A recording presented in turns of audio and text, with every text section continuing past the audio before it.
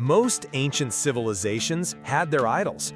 The ancient Egyptians depicted their gods as animals, the Greeks sculpted statues of Zeus, and the Romans worshipped their emperors.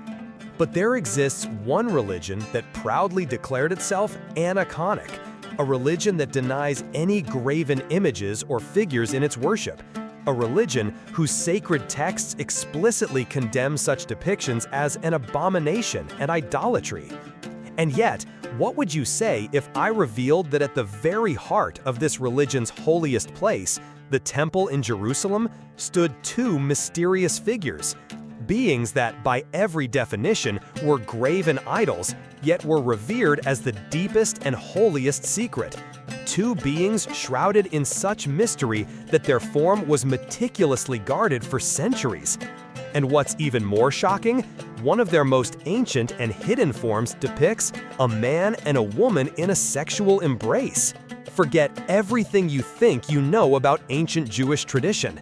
Today, we're going to unravel the scandalous truth about the cherubim, these enigmatic winged guardians whose history is filled with contradictions, hidden meanings, and astounding revelations that will forever change your perception of one of the oldest and most mysterious symbols in human history. Get ready, because what you're about to learn will shock you. Having revealed the earliest, surprising archaeological clues to the cherubim, let's transport ourselves to the heart of ancient Jewish tradition. Imagine the desert tabernacle, this portable sanctuary that served as a holy place for the ancient Israelites during their wanderings. This wasn't just a tent, it was the place where God's presence was most powerfully felt. In its very heart, carefully hidden behind thick curtains, lay the most sacred object, the Ark of the Covenant. But not just an ark. Upon its cover, fashioned from pure, gleaming gold, stood two figures, two cherubim. Their faces were turned towards each other, their gaze humbly directed downwards towards the ark, as if watching over the most cherished secret. Their outstretched wings not only protected the sacred contents, but also formed a unique space. It is here that one of the most important and fundamental roles of these enigmatic beings lies. The Bible describes how, from between these two cherubim, placed on the Ark of the Testimony, God promised to meet and speak to Moses. This is not just symbolism, but direct contact, the place from which God himself uttered his words. The cherubim were not mere ornamentation, they were an inseparable part of the divine presence, a channel for direct communication. But their presence was far from exhausted with the ark's cover. To understand their true significance, we must look deeper. Figures of cherubim were embroidered on all 10 curtains that formed the walls of the tabernacle. Even on the veil itself, separating the holiest place, the Holy of Holies, these winged forms rose again. Imagine, these 12 pairs of cherubim were everywhere, a constant, tangible reminder of God's invisible but omnipresent presence. These images, woven into the heart of the desert sanctuary, reveal an aspect of the cherubim that often goes overlooked. They are not just guardians, they are a living connection, a bridge between the earthly and the divine. But what was their appearance in the even more magnificent Solomon's temple? And did they hide even deeper, even more shocking secrets? After the humble tabernacle, King Solomon decided to elevate worship to an entirely new level. When he built the first temple in Jerusalem, the cherubim occupied an even more central and dominant position, becoming an inseparable element of it. In the very heart of the temple, in the Holy of Holies, a place accessible only to the high priest and only once a year, they weren't just placed. Two colossal cherubim towered there. Made of olive wood and covered with pure, gleaming gold, these figures weren't just large. Each of them reached 10 cubits in height. That's about 4.5 meters, nearly 15 feet. Imagine their impressiveness. The span of their wings was so immense that their inner wings touched each other, and their outer wings reached the opposite walls.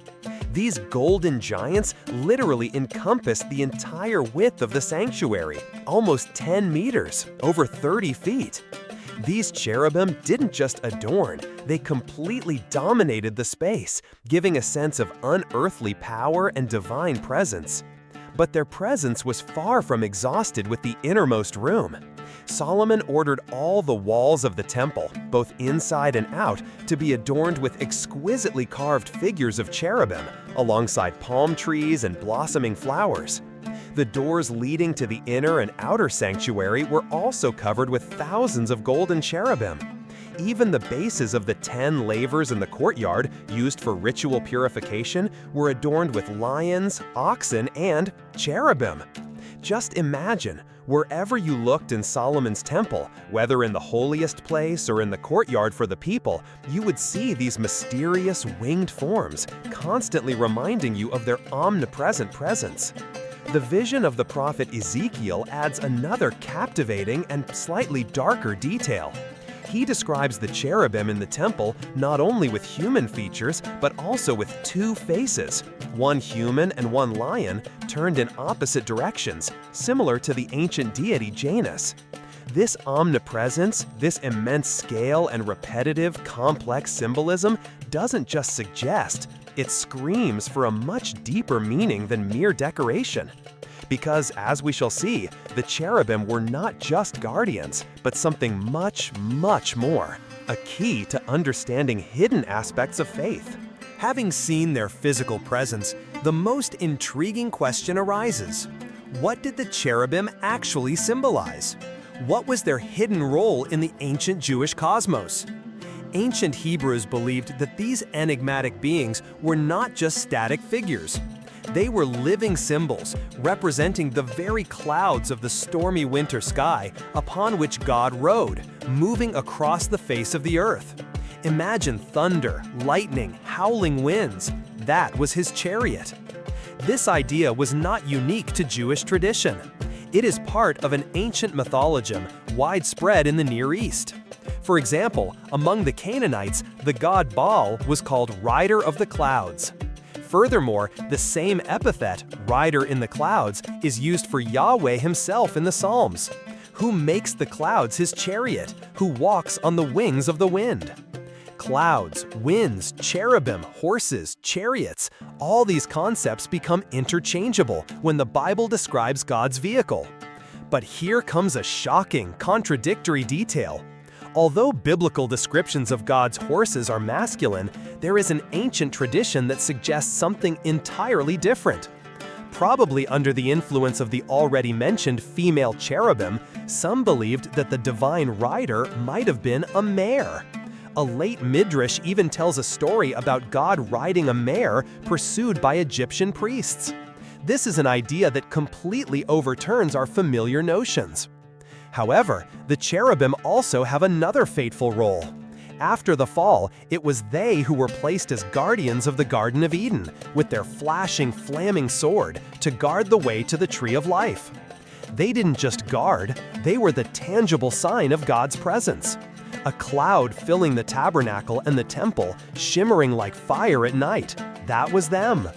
Thus, the cherubim are revealed as much more than mere images. They are powerful symbols of God's presence, His omnipotent power, and, most importantly, His means of direct communication with man.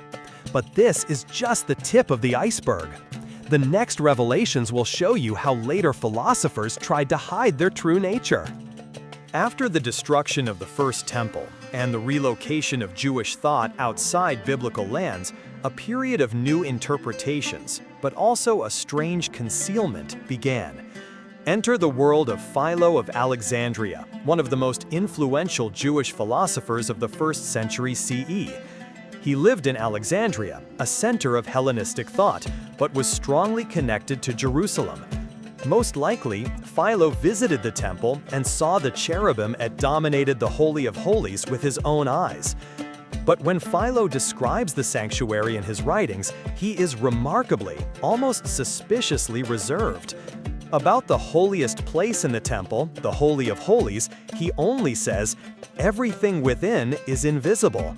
For he, the high priest, carries with him a censer full of burning coals and incense, and the great quantity of steam covers everything around, obscuring the view. Why this evasion? Why doesn't he describe these massive, golden figures that should have been the center of attention? Philo seems to consciously avoid describing the physical form of the cherubim. Instead, he directs all his attention to their symbolic meaning. For him, the cherubim are not just statues.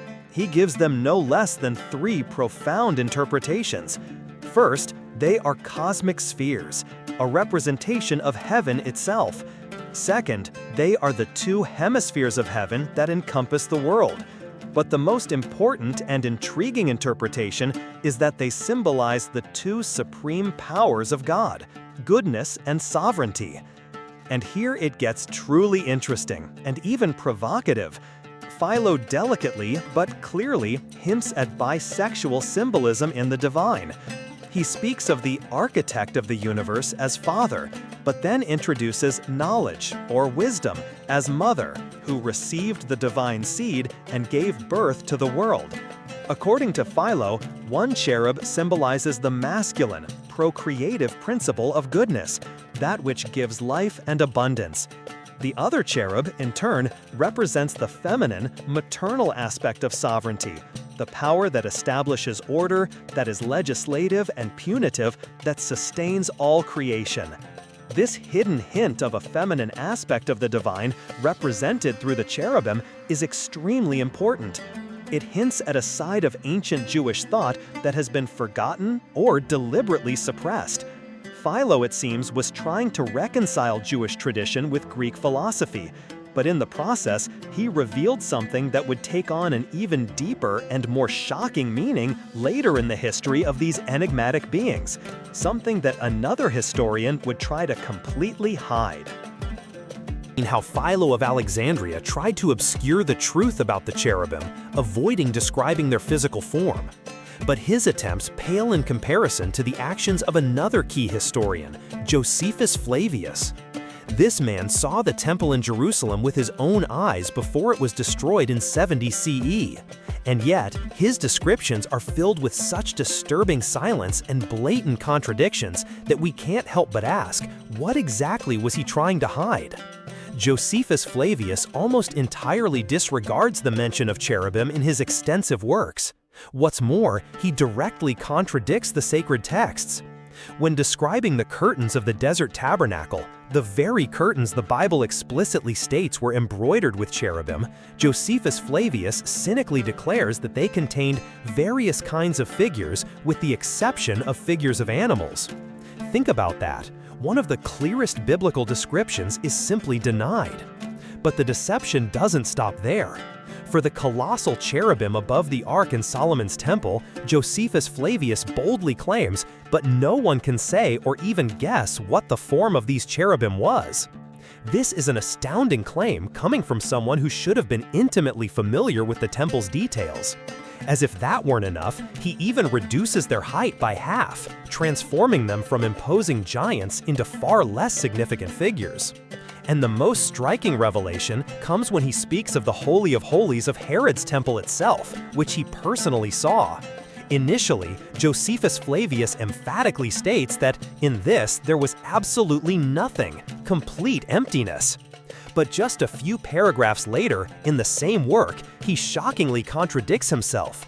None of them, the conquerors, found any such thing, a donkey's head of gold there, nor indeed anything else, except what is acceptable to the strictest piety, although what they found we are not free to disclose to other nations. Why this obvious, blatant lie? Why did Josephus Flavius, who was so meticulously descriptive about almost everything else in the temple, suddenly become so vague and contradictory when it came to the cherubim? The answer lies in his motivation.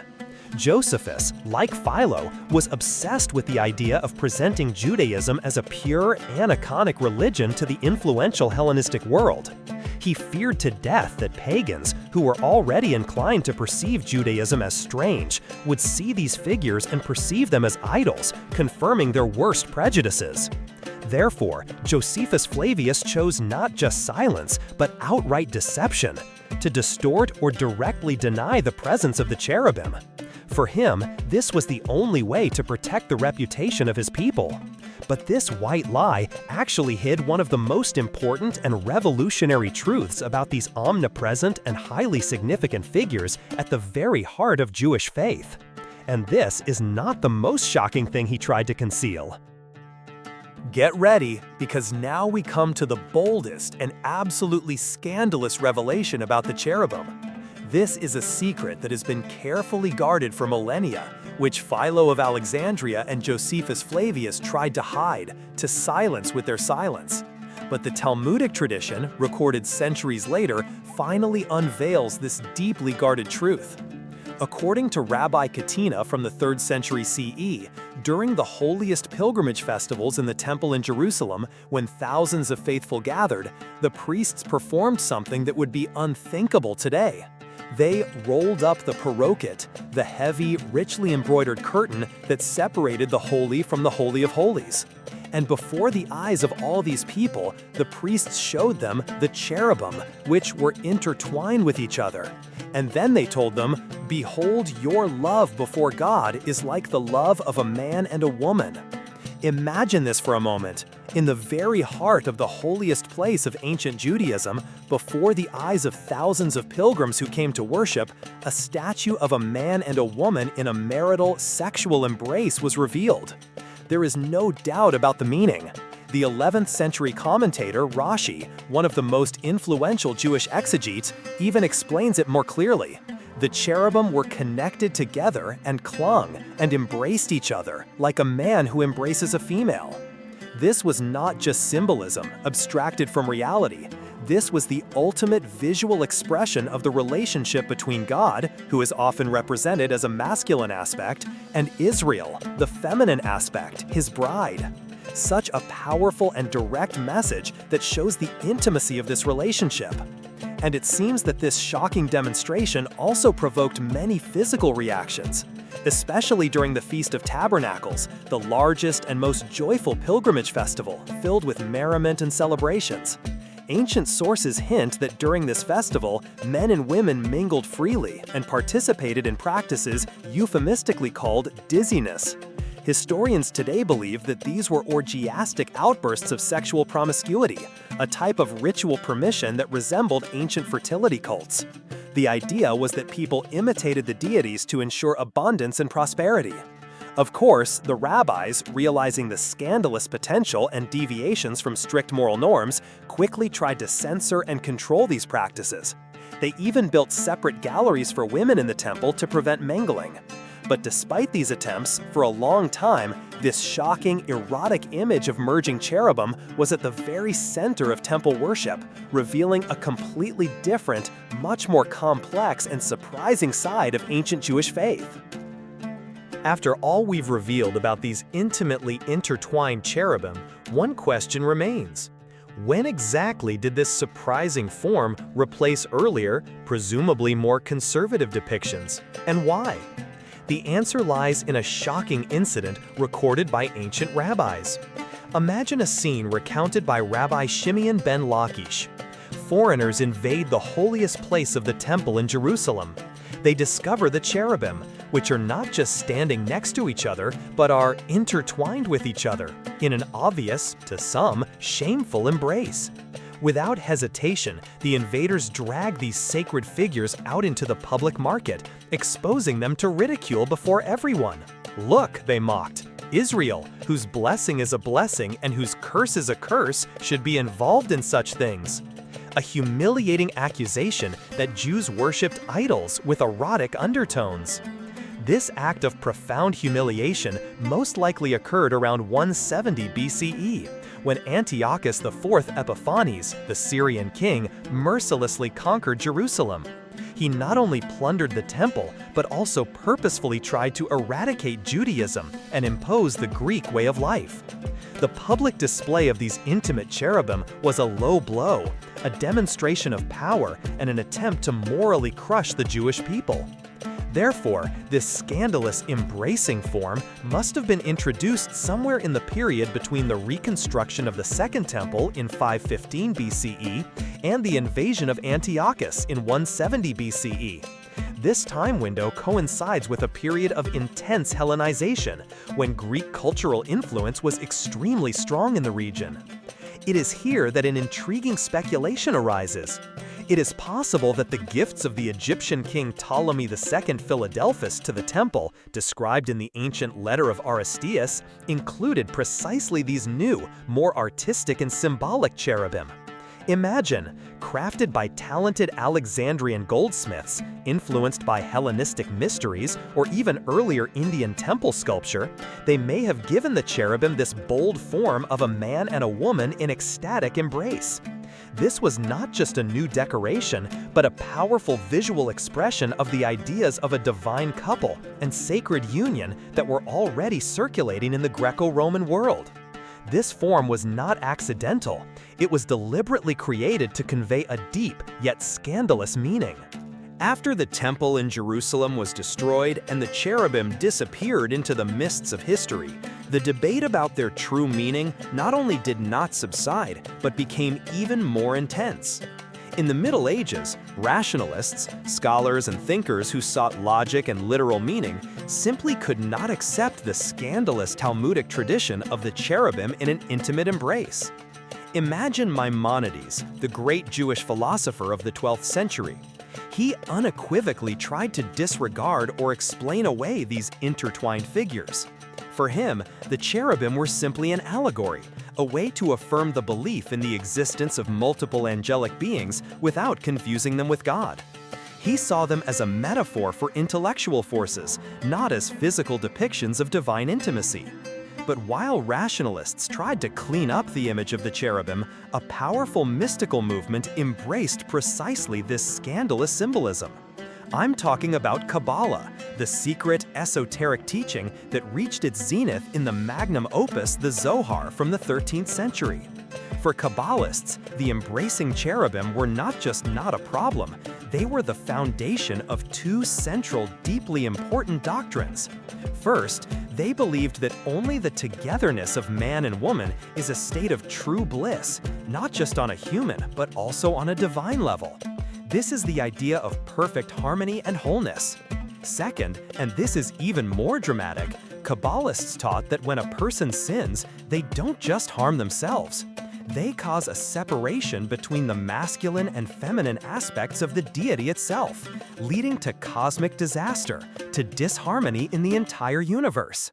The Zohar describes how the cherubim sing and intertwine their wings in a divine dance, precisely when the holiness of the king, God, is revealed over them. This is the moment of supreme unity.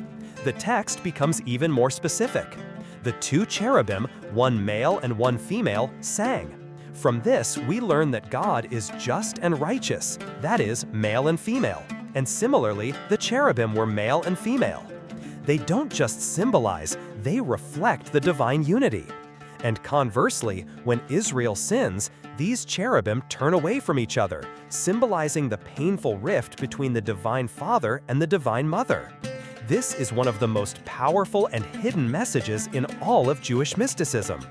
Thus, even centuries after they disappeared from the temple, the cherubim remain an extremely powerful and enigmatic symbol. They reflect not only the deep connections between the divine and the human, between heaven and earth, but also the eternal dance between the masculine and feminine principles, which, according to the mystics, is at the very core of existence. A truly eternal enigma whose full meaning may yet remain to be unraveled. For a long time, we believed that the Ark of the Covenant contained only the 2 stone tablets with the 10 Commandments. But imagine for a moment that in the earliest period of Hebrew history, when unequivocal data are so scant that they invite conjectures and hypotheses, researchers began to ask provocative questions. More than a century ago, the brilliant scholar Hugo Gressman, in a study about the Ark, expressed a bold view. What if, originally, there were not 1, but 2 images within it? One of Yahweh and another of his wife, Anathiyahu or Astarte? Shocking, isn't it? The idea of a female deity alongside Yahweh himself in the holiest place? 2 decades later, another prominent scholar, Julian Morgenstern, more cautiously yet along the same lines, conjectured that the 2 sacred stones in the ark originally represented Yahweh and, in all likelihood, his female companion.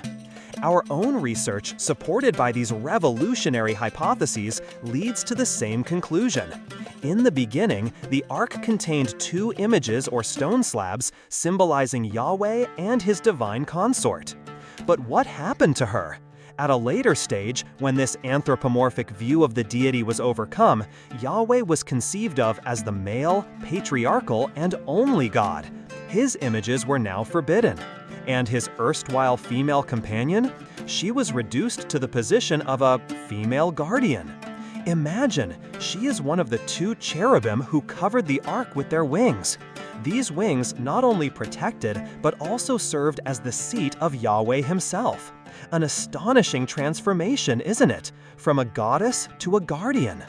After the tragic destruction of the first temple, a new idea slowly gained ground, that the one and only God actually comprised 2 aspects, a male and a female one.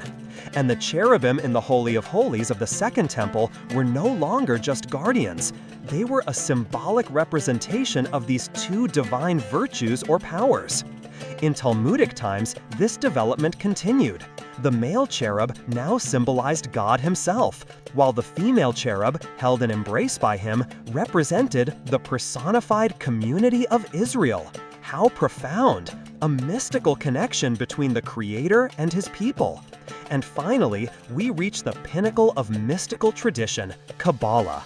It develops its theory of the Sephirot, these 10 divine emanations. And among them, the king and the matronate, the 2 most important divine entities, each endowed with a mythical, independent existence. And guess what? Kabbalah views the cherubim pair as the ideal visual representation of these 2 great divine concepts. From hidden images of consorts, through guardians, to symbols of God and his people, and finally, to the embodiment of fundamental cosmic principles. The story of the Ark of the Covenant is much more than a relic. It is a living testament to the changing views of the divine, to the evolution of a faith, and to humanity striving to understand the inexpressible. It shows us how ancient symbols can carry deep, multi-layered meanings that evolve over millennia. If you want to uncover more ancient secrets and delve into incredible historical mysteries, subscribe to our channel and hit the bell icon so you don't miss any of our videos. Until next time, keep your curiosity alive.